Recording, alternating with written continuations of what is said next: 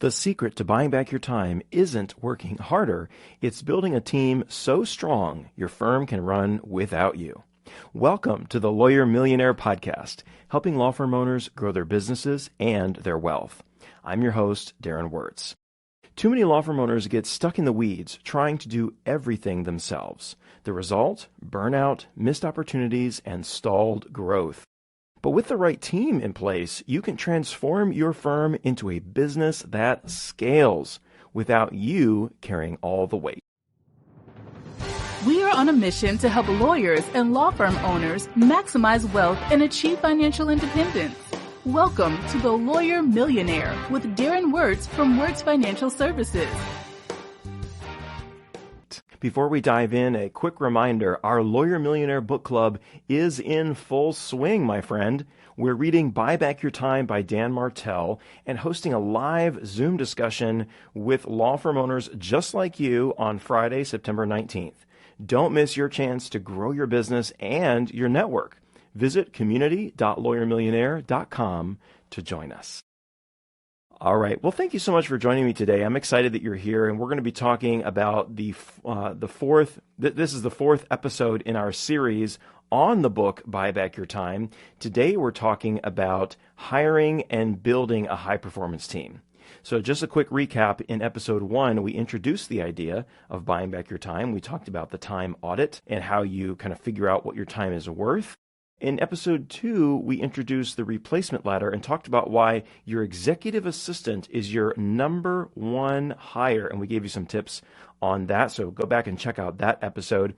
And then last episode, we talked about some time hacks to really supercharge your productivity, things like time blocking and all kinds of other really cool things from Dan Martell's book that you can put into practice, really practical advice for you. Okay, well, this is the culmination. You know, you can delegate all you want, but if you don't have a team in place to put that delegation into action, you're not going to get anywhere, right? So in this final episode, we're going to go beyond delegation to show you Dan Martell's blueprint for scaling through a team so you can focus on where you belong, that visionary role, not in the admin tasks, not buried in client work, but being the visionary for your firm. Now, this is the most important maybe part of this series because we want to help you evolve from that solopreneur to that team builder, and this is how. You know, you can't grow beyond your personal capacity without a team. Delegation is going to buy you time, but it's the team that's going to multiply output and impact, and so many people struggle when it comes to the team, right? It sounds great in theory, but delegation is hard. And, you know, I see so many law firm owners struggling to hand things off. So we're going to talk about the fundamentals of building that high-performance team that gets you out of the weeds. The right team with the right culture, my friend, will make all the difference. This episode is going to transform your business. If you take what I tell you today and you put it into practice in your business, you will grow your business. I guarantee it. You're going to double your revenue, triple your revenue. You're going to 10x your revenue by following these steps. These 5 steps are going to be your roadmap to creating a scalable culture and system that grows with or without you. Okay, so enough jabberwalking about it. Let's get into it. Step 1. Step 1 in building your high-performance team is creating your SOPs, your standard operating procedures, or as Dan calls them, your playbooks. Now, I know SOPs are not sexy, okay? You may hear the term SOPs or standard operating procedures and cringe and think, oh, I got to sit down and write these things. Oh my gosh, it may be the last thing that you want to do. And trust me, I get it. Because I have felt the exact same way. I've been in your shoes and thought, who has time for SOPs? I've got client work to do. I need to be working on sales and marketing. But here's the reality. If you don't do this step first, you're going to get nowhere with your hiring and you're going to get nowhere with your team. Okay? Your SOPs or playbooks are living, accessible guides that are going to codify how things are done. Without your SOPs, your team is going to be guessing at how you want things done. And there's going to be no consistency among team members. As you grow your team, each person is going to be reinventing the wheel every time. So you've got to create your playbooks. 3 big things that playbooks are going to do for you. And there's many, but 3 big ones. It's going to eliminate what we call tribal knowledge. Okay, what is tribal knowledge? Tribal knowledge is that knowledge just lives in your head, right? No one knows it. It isn't documented. It's prehistoric, right? Prehistory, what does that term mean? It means before things were written down, right?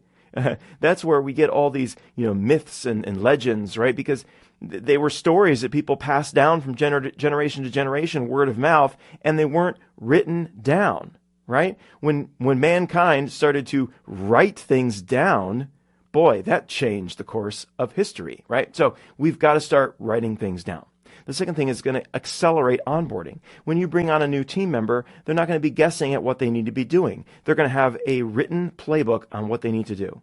And, as I mentioned, it's going to ensure consistency across people and tasks. You know why that's important? It's important for your brand, it's important for your employees, but it's really, really, really critical for your customers. If your customers know that they're always going to get the same experience when they come and work with you, they're more likely to refer business to you. We all want those referrals, don't we? Okay, so here's what you're going to do. Dan makes it really, really simple, and he's got a great framework for building these SOPs. You're going to record yourself doing a task, okay? You're going to get a program like Loom or some other screen recorder, and we all live on our computers these days, so, easy to do, right? You're going to screen record yourself doing a task, okay? Maybe it is updating a contact in your CRM. Okay, let's just use that as an example. You're going to record yourself doing the task. Okay, the reason that's really important is because your recording is going to catch you doing it and catch all the little tiny details that you may forget. And in the video, you're going to talk. You're going to talk through the process and why you're doing things. The video is going to be the main part of the SOP. Okay, and that makes it really, really easy to update, because the next time it needs to be updated, all someone needs to do, the next person who's in charge of this task, all they need to do is re-record. Now, there's a few other steps, right? Dan has names for these, but the first is the camcorder, and the second is the course, where you're going to have a list of the big steps in the process. Now, the reason I love this framework is that instead of you needing to sit down and create a 5-page procedure for how someone updates a CRM record, right? Instead, you're simply going to have a list of steps, maybe 5 to 10 steps, real big, high-level steps to go through to accomplish the task. The video is going to capture the details. So you don't need to script out all the details in nitty-gritty detail.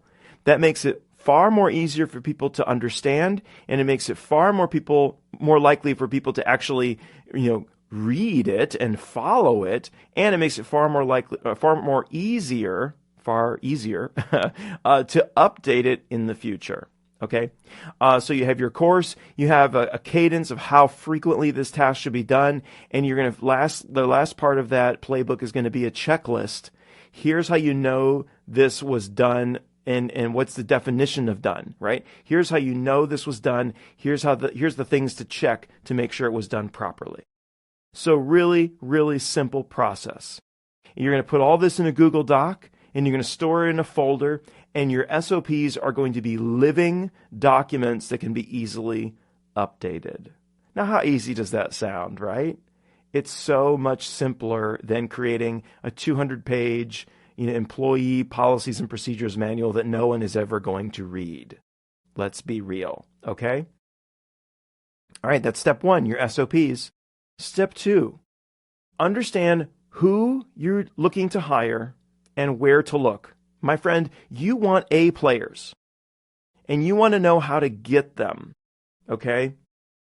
Now, let me caution you. You want to hire strategically.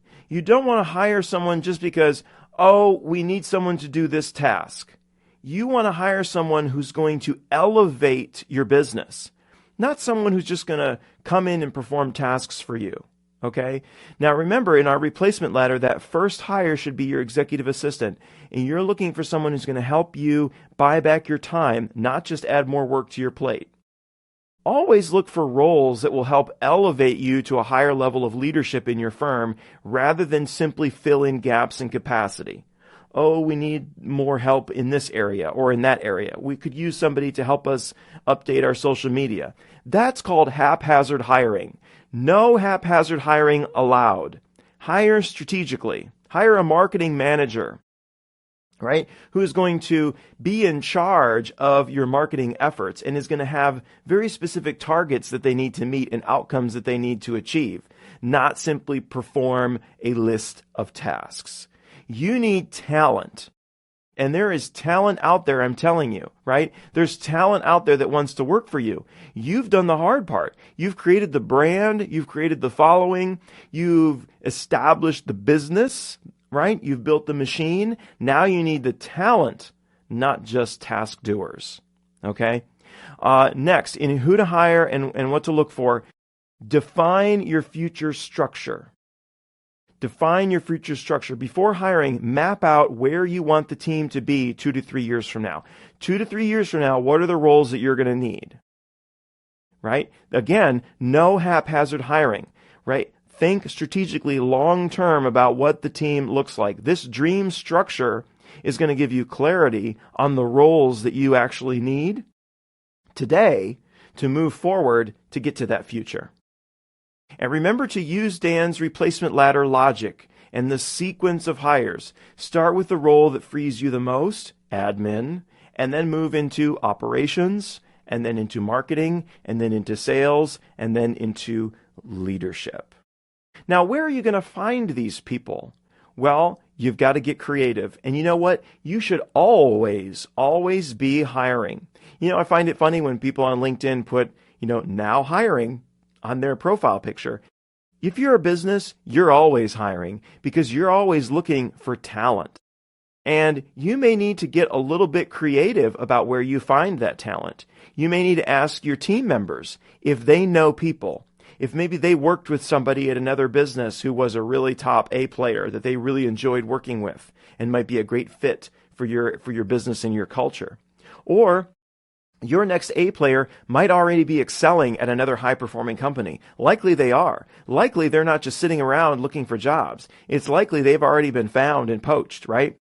You need to seek them out. You need to recruit them, right? Not just general job posts. And you put a general job post out there, you're going to get hundreds and hundreds of applicants, and it's going to be very difficult to sort through. Not that you shouldn't be doing that, but you should be looking at the high-performance companies and looking at the people there that are excelling. Those are your A players. You need to recruit them, okay? Now, how do you know who's the right fit for your team? I recommend prioritizing attitude over skills. Attitude over skills, my friend. You can teach someone skills. You can't teach someone attitude. That's something they learned from their parents, from their upbringing. That's a part of their DNA. You need someone with skill, with the right attitude, and you can give them the skills that they need. During interviews, especially for leadership roles, ask candidates also about their long-term plan. It's not just about who's going to be a good fit for my company now, who's going to be a good fit for my company 10 years from now. Right? Ask them, where do they want to go in life? Right? Where do they want to live? Where do they want to work? What are their personal interests and hobbies? What do they want their family to look like? What responsibilities do they want? What passions do they have? Aligning the role that you have to their personal vision is going to create powerful buy-in. You want somebody who fits your organization long term. Okay, you should also be leveraging personality and behavioral assessments. Tools like the Colby Index, the DISC assessment, the Predictive Index, or Clifton Strengths. These are going to help reveal natural strengths and decision-making styles and fit with your team, right? You're looking for complementary fits with you and with your team. You don't want somebody that has the same strengths and weaknesses as you. You want somebody that complements you, right? If you're disorganized, you want somebody who's extremely organized. You want someone that's going to complement your weaknesses, That's really, really important.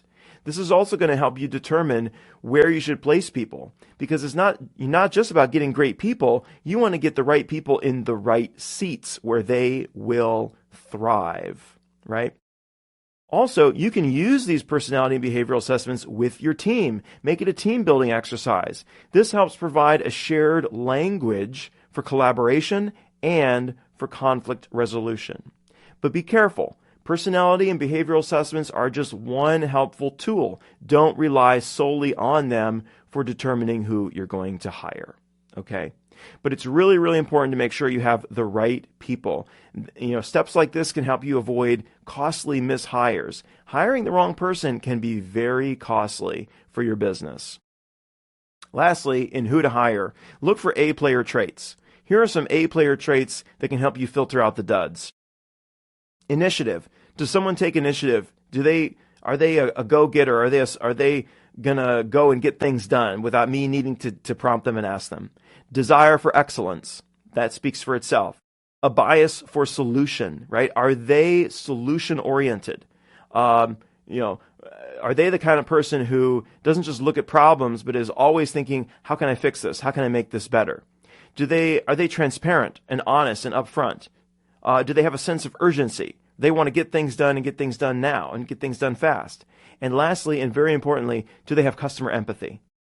Do they really, truly care about your customers and your clients? Okay. So remember, define your future ideal team structure, hire the role that buys your time first, target talent in creative areas, maybe in other high-performing teams and other high-performing companies, prioritize attitude and alignment over just skills, and use those personality assessments. Look for those non-negotiable A-player traits. Step three, when you find the right candidate, how do you hire them? Dan Martell suggests the test-first hiring method, and I think it's brilliant, right?